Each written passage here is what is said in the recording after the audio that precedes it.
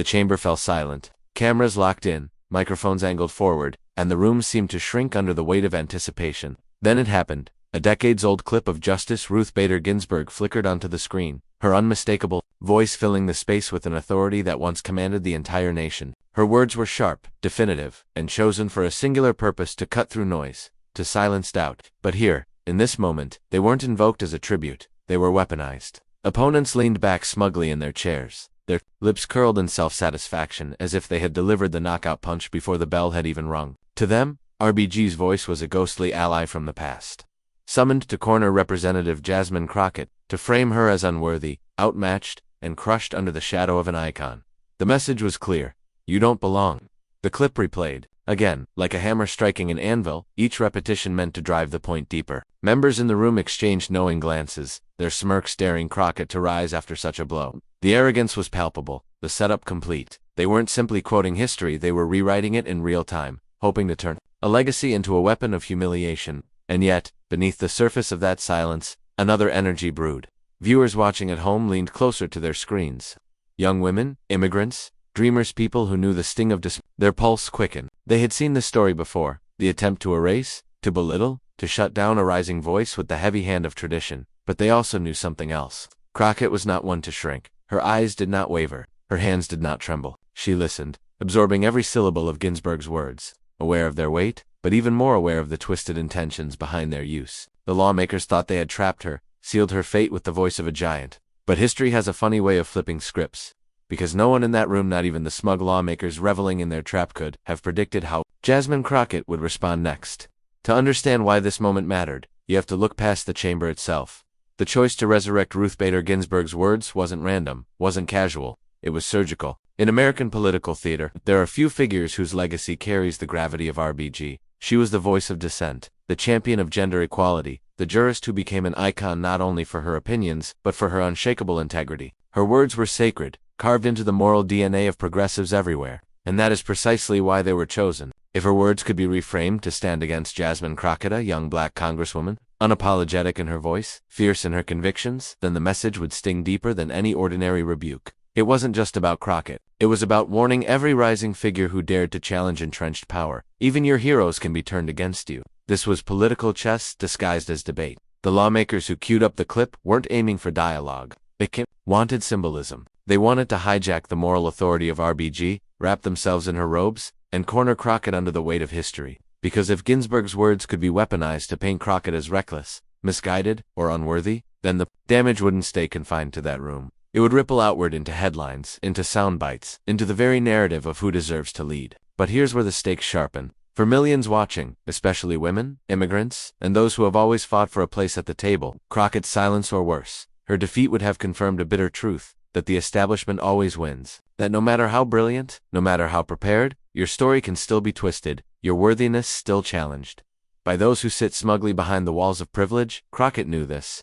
She understood she wasn't simply responding. For herself, she was carrying the weight of representation. Every word she chose, every second she held her ground, would resonate far beyond the chamber. This wasn't a debate, it was a battle for dignity. And there was another layer, one her opponents didn't anticipate. By playing that clip, they had inadvertently raised expectations for Crockett. They set the bar impossibly high, assuming she would stumble. But if she didn't, if she matched the moment, if she outshone the smugness that surrounded her, and her triumph would not just neutralize the attack, it would magnify it, boomerang it back onto those who orchestrated the ambush. The gamble was bold, the stakes were enormous.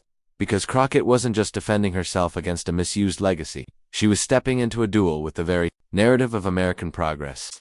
Was she an inheritor of the struggle, worthy of standing beside RBG's legacy? Or would she be framed as the cautionary tale: ambition without anchor, confidence without cause? The room thought it had its answer. The clip had been played, the trap had been set, the judgment already passed. But history doesn't unfold that neatly, and legacy doesn't bend so easily to manipulation. And just when it seemed Crockett had been cornered, the real story began to unfold.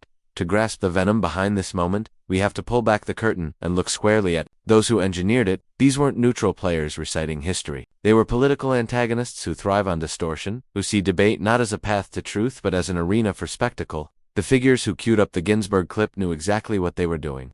For years, they have built their careers, not on lifting communities, but on tearing opponents down with smirks and soundbite. They are masters of performance. quick to brandish outrage while quietly protecting their own privilege. And on this day, they believed they had found the perfect weapon, an icon's words turned into a dagger. Notice how they entered the chamber, confident, relaxed.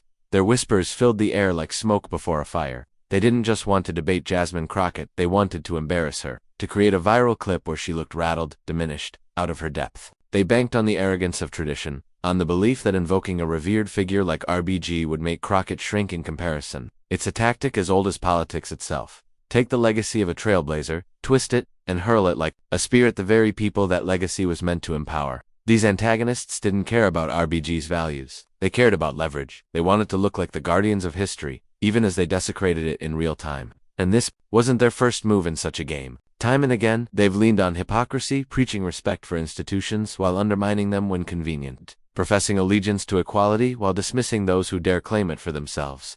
Their words drip with condescension. Their laughter is laced with derision. They wear arrogance like a second skin. In their eyes, Crockett wasn't just a colleague. She was a target.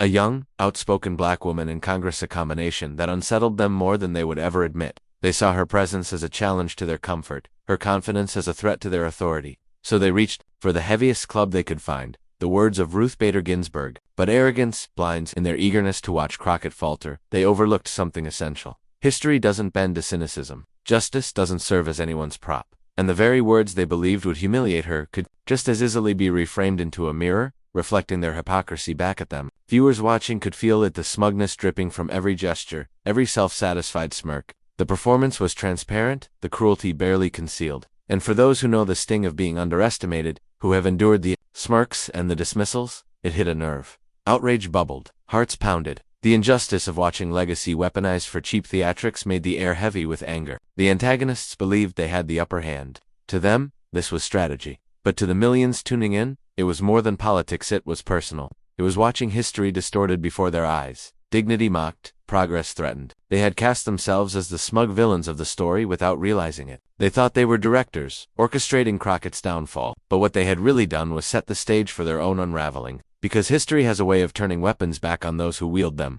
To understand why Jasmine Crockett didn't flinch, you have to know where she came from. Her story isn't one of privilege handed down or doors opened by legacy. It's a story built on grit, on fighting uphill, on refusing to be erased, no matter how many times the gatekeepers tried to shut her out. Crockett was born into a world that didn't expect her to rise as far as she did. She grew up seeing the quiet struggles of working families, the daily grind of people who couldn't afford to lose hope because survival itself demanded optimism. She knew early on that to claim space in rooms of power, she'd need more than credentials. She'd need resilience thick enough to withstand ridicule, patience long enough to outlast doubt, and courage strong enough to face down systems designed to dismiss her. Her path wasn't smooth. Before she was a congresswoman, she was a public defender. Day after day, she stood beside the accused, the overlooked, the forgotten people without power, without money, often without a voice. It was in those cramped courtrooms, not the polished halls of Washington, that Crockett honed the steel in her spine. She learned how to keep her composure while prosecutors thundered and judges frowned. She learned how to stand on truth when the evidence was stacked against her clients and the odds were long. Most of all, she learned that silence in the face of injustice was complicitized. Silence had never been in her DNA. That experience etched itself into her soul. It made her sharp, it made her unflappable, and it gave her a deeper understanding of what power looks like when it's abused and how to confront it without losing dignity. Her rise to Congress wasn't inevitable. It was a battle, and every inch was hard fought. Critics underestimated her at every turn. Some said she was too loud, too raw, too unapologetic. Others dismissed her as a momentary figure, someone who could make noise but not history. But Crockett never tailored herself to fit the mold of palatable politics. She carried her fire openly, because she knew that fire wasn't weak, was the only way to burn through the barriers stacked against her and those she represented. And that is why this moment with the RBG clip was more than political theater for her. It was personal. She had been told her whole life, directly and indirectly, that she didn't belong, that she was too much, too different, too ambitious. But she turned every one of those criticisms into fuel. So when the smug lawmakers tried to corner her with the words of a feminist icon, they didn't realize they were facing someone who had already spent years preparing for this exact kind of test. Because Crockett knew what legacy meant.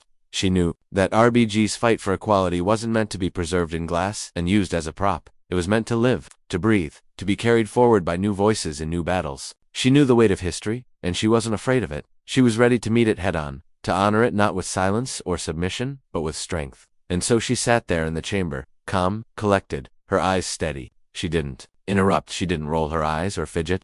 She let the clip play, let the arrogance echo, let the smugness grow. Because Crockett understood something her opponents didn't. Every second of that silence was sharpening the contrast. Every smug smile around her only amplified the dignity she carried by refusing to flinch. This was more than a clash of words. It was a clash of legacies, those who wanted to twist history into a weapon, and one woman who embodied the living continuation of that history. And when the cameras returned to her, Crockett was ready to prove exactly why she belonged. The air in the chamber was thick with anticipation. Crockett remained seated, still and deliberate, as the final echoes of Ginsburg's words faded into silence.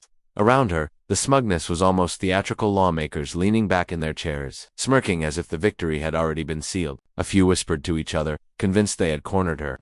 From the outside looking in, it appeared as though the trap had worked, but Crockett's composure told another story. She didn't fidget, she didn't rush to defend herself. She let the weight of the moment linger. The more her opponents basked in what they believed was her defeat, the more tension built for what was about to come. Viewers at home felt it too, the sense that something was stirring beneath her calm exterior. Then came the murmurs. A few in the chamber chuckled quietly, dismissive and impatient. The arrogance was palpable, as though they were daring her to try. Crockett sat forward slightly, just enough to show she wasn't cowed, her gaze sweeping the room with a steadiness that silenced the low laughter. She wasn't rattled, she was preparing. The lawmakers had expected a flustered response, stumbling words, visible nerves, maybe even anger, that could be dismissed as overreaction. They had underestimated her completely. For Crockett, this was familiar ground. She had been underestimated her entire career, written off as too bold, too young, too unyielding, and every time she had transformed under the pressure. Her silence was strategy. With each second she waited. The arrogance of her opponents looked less like strength and more like insecurity.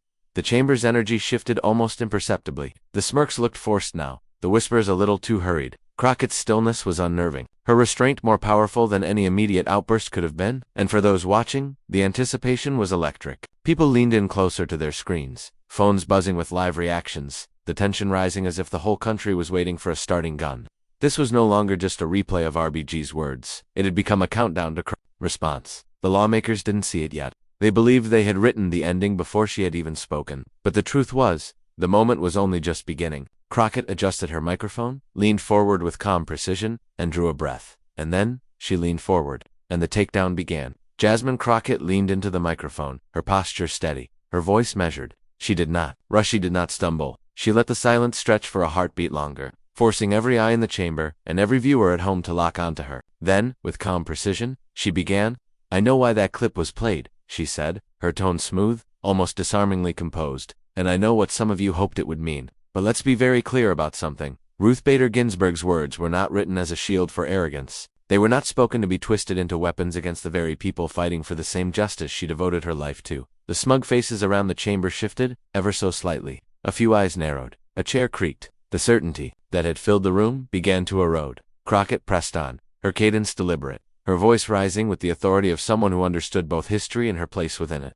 RBG stood for expanding opportunity, not shrinking it. She stood for truth, not manipulation. And I refuse to let her legacy be hijacked in this chamber, reduced to a soundbite for political theater. Because let's be honest, that's all this was meant to be. Gasps murmured through the crowd. The camera panned to faces that were no longer smirking but tightening, bracing against the impact of her words. Crockett wasn't defensive, she was dismantling the entire premise of the attack. She paused, long enough to let the words sink in. The silence was different now, no longer smug, but tense, almost brittle. And in that silence, she delivered her next strike. "You want to talk about legacy?" she asked, her tone sharpened. "Then let's talk about what it really means to carry it forward. It means fighting for people who don't have the privilege to sit in rooms like this and smirk at their own jokes. It means standing up for women, for immigrants, for working families who hear RBG's name and think of fairness, not of cheap shots in a committee room." A ripple moved across the chamber. Crockett had shifted the battleground. No longer was it about a single clip of RBG, it was now about dignity, about who truly had the right to invoke her memory. One of the lawmakers muttered something under his breath, but Crockett didn't break stride. She had the rhythm now, and with each line, her voice grew steadier, sharper. RBG fought to break barriers. And yet here I am, facing colleagues who think her words can be used to build new ones, to box me in, to tell me I don't belong, to try and shame me into silence. But let me tell you something. I was built in silence. I was raised in doubt. I know exactly what it feels like to be underestimated, dismissed, written off, and I have never allowed it to define me. And I won't start today.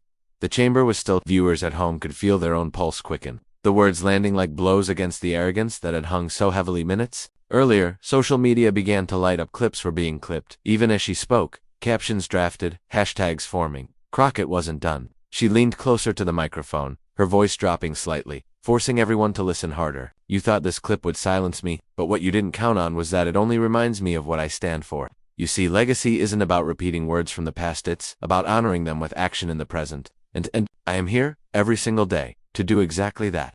The lawmakers shifted uncomfortably now. The smugness had drained from their faces. Their weapon had been turned against them. Crockett wasn't just surviving the attack, she was rewriting the narrative in real time. And then came the line that would travel across the country, replayed millions of times in living rooms, classrooms, and on countless phones. "If you truly respected Ruth Bader Ginsburg, you would never use her voice to try and silence mine. Because her legacy wasn't about shutting women up. It was about lifting women up, and that is exactly what I intend to keep doing." The words dropped like a gavel.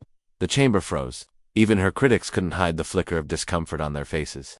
In one stroke, Crockett had not only neutralized their attack, she had seized RBG's legacy back, claimed it openly, and tied herself to it with unflinching conviction. The murmurs grew into a low roar. Some lawmakers shifted papers to cover their unease, while others stared blankly, caught off guard by the force of her composure. Crockett leaned back slightly, her expression calm, almost serene. She had said what needed to be said, and the chamber knew it. But the real explosion wasn't in that room, it was online. The moment Jasmine Crockett's words left her lips, the chamber remained frozen, but outside those walls, the internet was already erupting. Clips of her takedown shot across social platforms within minutes, flooding timelines with captions like "This is how you honor RBG and Crockett. Just turned the tables." Hashtags surged, trending across Twitter, Instagram, and TikTok. What began as an attempted humiliation had transformed into a national rallying cry. On TikTok, users stitched her mic drop line. Her legacy wasn't about shutting women up. It was about lifting women up. With their own personal stories, immigrant mothers spoke of sacrifices. Young women shared their first moments of courage, and activists used it as a banner for resilience. Every replay multiplied her reach. Every comment section overflowed with validation. On Twitter, the reactions ranged from admiration to outright awe. "I felt my grandmother in that moment," one user wrote. Jasmine Crockett didn't just respond, she resurrected the spirit of RBG for this generation. Memes followed swiftly, side-by-side images of Ginsburg and Crockett, captions proclaiming the torch has been passed. Others highlighted the stark contrast. Smug lawmakers on one side of the screen, Crockett's composed defiance on the other. Cable news picked it up within hours. Clips replayed on evening broadcasts, pundits shaking their heads in disbelief at how quickly the narrative had flipped. Commentators marveled at her composure, her precision, the way she reframed an attack into an anthem. Even voices that rarely agreed with Crockett were forced to acknowledge the sheer impact of the moment. And then came the celebrities.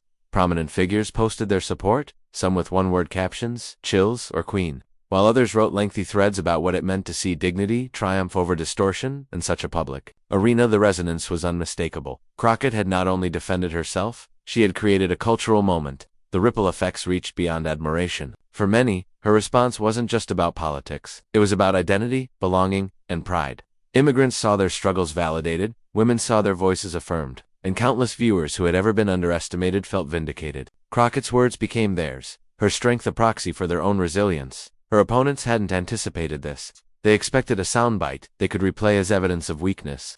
Instead, Crockett's calm defiance became the very soundbite America couldn't stop replaying, and this time, it was to celebrate her. And yet, as the internet celebrated, something deeper was taking shape. Beyond the hashtags and headlines, beyond the viral rush, a question began to crystallize in the minds of those watching. What does it mean to carry forward a legacy without letting it be hijacked? The noise online was loud, jubilant, unrelenting, but under that noise lay a quieter, more profound realization, one that was about to surface in the days that followed. Yet beyond the noise of the internet, a deeper lesson was crystallizing. In the days that followed, the clip of Jasmine Responsa no longer belonged to her alone. It became something larger, a moment replayed in classrooms, community centers, and family kitchens. People weren't just quoting her words. They were reflecting on them, dissecting the moral clarity behind them. What struck most wasn't simply her skill in debate, but the way she transformed a trap into a truth that could not be ignored. Crockett herself spoke little afterward, allowing the echo of her words to carry their own weight. But the meaning was unmistakable. She had reminded the country of something vital, that dignity cannot be weaponized, and that the legacies of trailblazers like Ruth Bader Ginsburg were never meant to be twisted into tools of arrogance. They were meant to inspire new generations to rise. Her opponents had attempted to shrink her by invoking the past. Instead, she expanded the future by embodying it. Crockett's.com, unflinching stand turned a cynical maneuver into an uplifting inheritance. She didn't just defend herself, she reframed the narrative so powerfully that millions recognized the moment as a continuation of RBG's fight, not a contradiction of it, and in that recognition came a universal lesson. Legacy is not about static quotes or dusty archives. It is about spirit. It is about courage. It is about passing the torch, not to those who would exploit it, but to those willing to carry it forward. With integrity, Crockett had not been diminished by RBG's words. She had been elevated by them, precisely because she refused to let them be reduced to theater. For progressives, immigrants, women, and anyone who has ever been told they don't belong, Crockett's stand was vindication. It was a reminder that arrogance crumbles under truth, that composure can be more powerful than volume, and that history favors those who rise with dignity even when others try to drag them down. Her response was more than a viral moment. It was a message etched into the larger story of American progress, that voices once silenced now refused to be quieted, that the battles of one generation flow directly into the victories of the next. And as the dust settled, one question remained. What will we do with this moment? The story began with a trap, a decades-old clip of Ruth Bader Ginsburg, replayed to corner Jasmine Crockett, to cast her as small beneath the shadow of a giant. But it ended with something far different, a viral response that transformed humiliation into triumph, distortion into dignity, and legacy into living proof that the fight continues. Crockett's words did more than silence arrogance in that chamber. They carried beyond it into homes, into hearts, into the shared belief that truth, composure, and courage still matter in American democracy. She reminded us that no one owns history. History belongs to those brave enough to honor it with action, and in that reminder lies the choice before us. Do we allow cynicism to keep rewriting our heroes, twisting their voices for empty theater? Or do we stand, like Crockett, refusing to be cornered, refusing to let arrogance define the story? Because when we amplify moments like this, when we share them, when we talk about them, when we let them spark pride instead of silence, we do more than watch history. We participate in it. So if this moment stirred something in you, don't let it pass. Share it, subscribe, add your voice to a movement that insists dignity must always rise above distortion. Be part of the chorus that ensures legacies like RBG's live not in the smugness of manipulation, but in the courage of those who carry them forward. Because when voices like Crockett's rise, silence is no longer an option.